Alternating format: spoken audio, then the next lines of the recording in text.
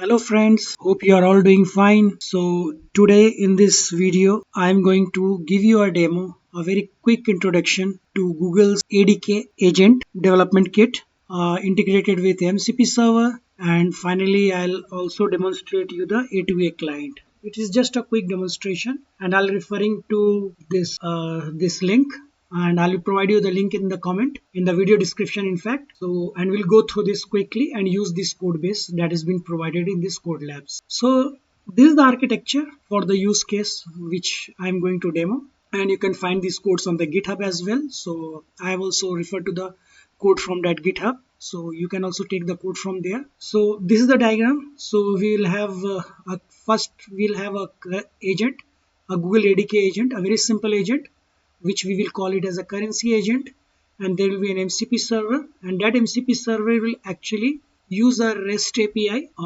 which is a free API in fact, get the currency rates, currency conversion rates. Okay, and then finally we'll convert it to an A2A server and we'll create an A2A client.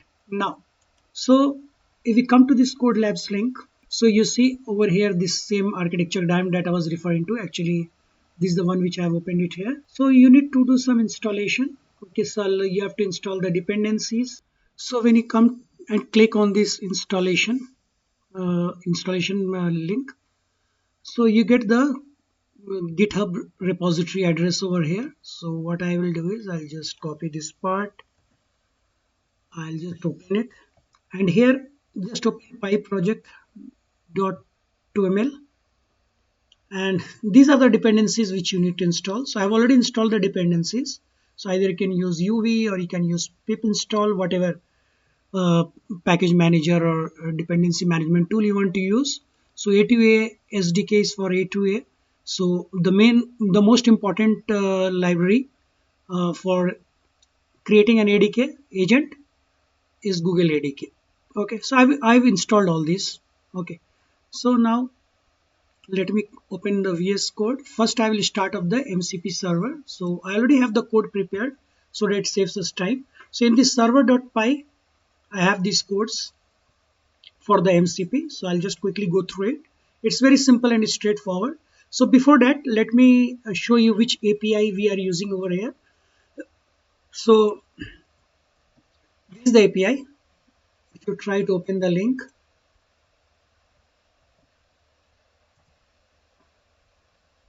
and one more thing, like I see some lag, some latency today. Okay, so that is the reason why I have given some timeout, which is not required. I'll explain you when I'm explaining the code. So this takes some time. It should not take so much time, but I'm experiencing some latency. So see, it lists me all the currencies, list of all the currencies it gives me. Similarly, there is one more API, same API, where you have to pass some parameters. Okay, this one. So if you can pass some parameters, currency from and to, like from which currency to which currency, it will give you the conversion rate. So what I do is I'll just take this. Let us check this out. Instead of currency date, let me give the latest. Either you can give some date, as of that date it will give you the value. So I'll say latest, and then from USD to euro. So let's use this REST API and just check. So we get this value. So these are two APIs we will use, and we call these APIs, we name these tools as, these API will be using as tools. So we'll wrap it in a tool. So to list all the currencies, I'm using list currencies all, and to get the exchange rate we'll use get exchange rate. Now we run this MCP server, and it will run on localhost and port 8080. So and make sure that you are in your virtual environment, activate your virtual environment, and then I'll say uv run server.py. So this MCP will start up. Yeah, so it is started on port 8080. Now I will open another instance of VS Code where I've written the code for our ADK. One more thing, try to run it as an administrator. Otherwise, if you don't open it as an administrator, you may face some permission issue or some access issue.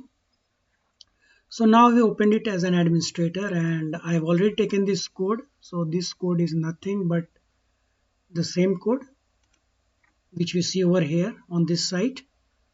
So I've taken this code and I've also put the URL for the MCP over here.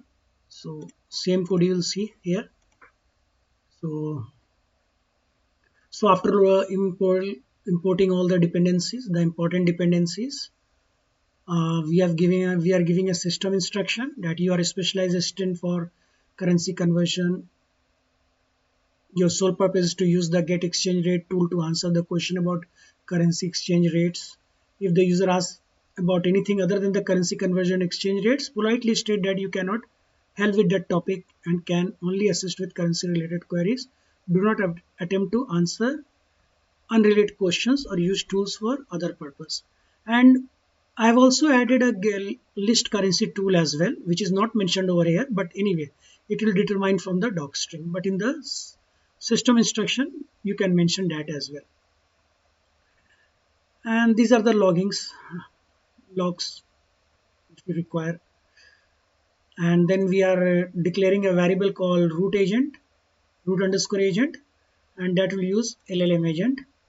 And these are the parameters you can pass, that is Gemini 2.5 Flash, and also like you have to set up an environment file and you have to mention the Google API key, which you can get from the from the Google site, which I've shown in one of my videos.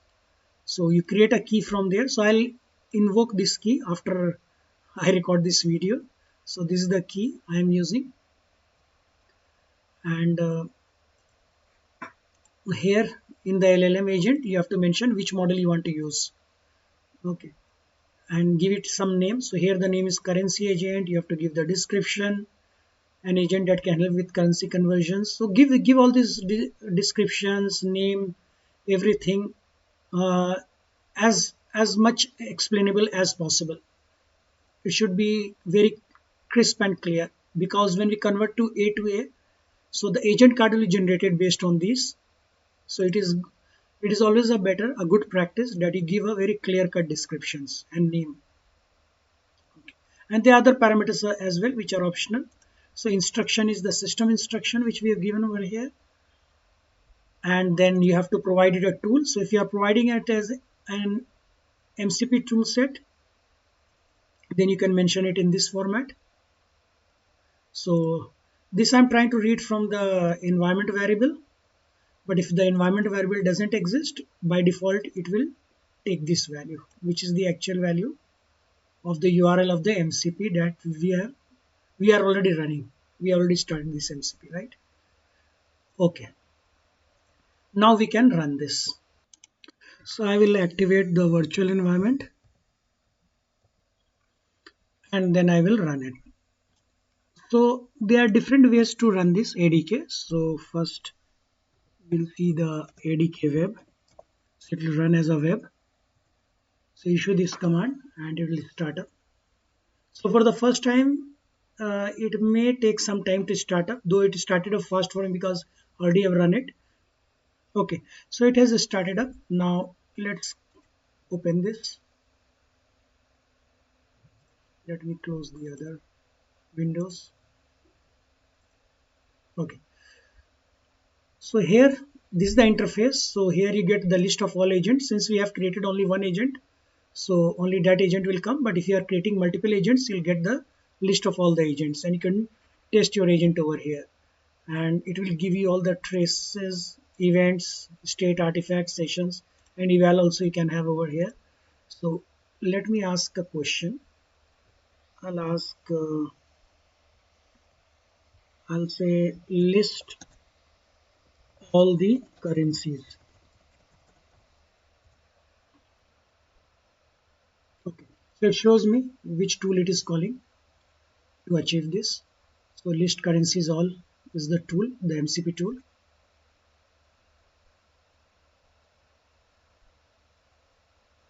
So it is reattempting due to the latency. Yeah. So here it has provided me the list of all the tools. List of all the currencies using this tool. Okay. So AUD for Australian dollar, BGN, BRL, and so on. Next, we will ask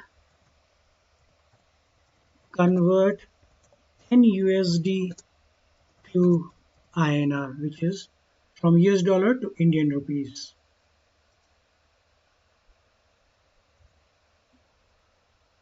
So it is using the get exchange rate tool of the MCP. It is reattempting. Okay, and here we got the answer that 10 USD is equal to 886.8 INR. And here you can see the events. It will give you all the events, how the function calls, what function calls it made. Okay. And here I think state, it has not recorded any states, artifacts, sessions, these are empty. So session is there. You can always start a new session if you want by clicking over here, and eval will give you if any evaluation set you have created. Okay. Now finally we'll see the agent to agent protocol. First we have to convert it to A2A server. So click over here, agent to agent protocol, and here it has been mentioned how agent skill and agent card can be defined. So for A2A protocol, you need to have agent skill, where you mention the details about the skills that the agent has. Like for example, here the skill in the description you can mention.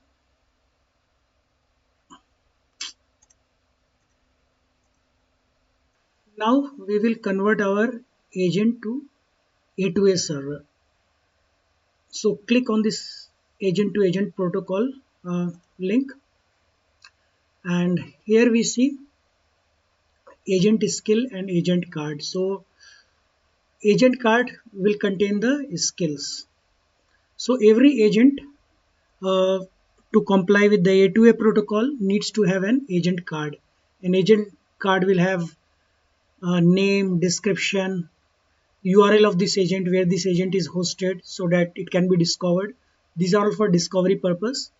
Versioning you can do, default input mode text, output mode text, and there can be different types of input and output as well, but that I can explain in some other video where I will go deep into A2A. Then capabilities. Okay, so what are the agent capabilities? So streaming we are giving here as true, and skills. So this skill is defined over here if you see. So the name of the skill is currency exchange rate tool. Then the description you have to mention. So based on this, it will determine what this agent can do. So agent card is like a visiting card, like a profile of an agent, you can say. Okay. So through this, it is determined what this agent can do. Okay, and here are example also, like you can provide some examples. Some of these are optional, some are mandatory. So here as an example, what is exchange rate between USD and GBP? Now we have to expose this currency agent as an A2A server. So to do that, we have to import 2 underscore A2A, which will convert it to a A2A server. And this is one line which we need to add. So here, if I open this up, so you see that line I have added over here, and that's it, and we are done. And in the dependency, we have to import the required dependency as well. As you can see, I've added this dependency. Okay, then after that I'll have to open a new terminal, so I'll just click on the plus. So in this new terminal, I'll have to run this particular command. So I just copy this and just paste this and just run this. Okay, you see that now the A2A server has started. From here you can see it has converted this to A2A server, and the server is running successfully. We can also determine this by, say, opening this URL, and here I have to give well known slash agent dot json. Let me check it. I think I'm missing out something. Well known agent dot json. Yeah, I think this is the correct. Let me copy this just to check if I have not made any mistake in typing. So yeah, there are some mistake in typing. So you see the agent card. You get all the agent card over here, and through this agent card, the discovery happens. Discovery of the agent happens. So in this case, we are having one agent. Then can be multiple agents as well. After our A2A server has started, finally we can test it by creating a client.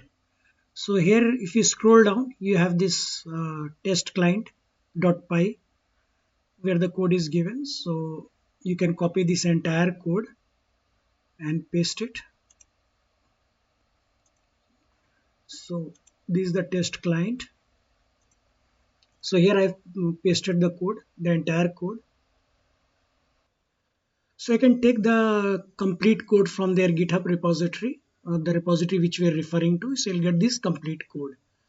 So there are lots of things in this test client code. So I may have to make a separate video on that. But some of the significant part I can talk about is like you have to have some important dependencies install means imported over here, and then the agent URL we are giving over here, the agent which will be called. And if you remember, at this particular port we are running the A2A server.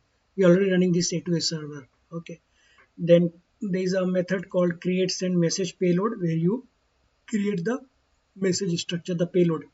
Okay, like role is user parts, and this is the text. Okay, which will pass. And then there are two different methods. One is run single turn test, and you also have another similar method for multi-turn test client.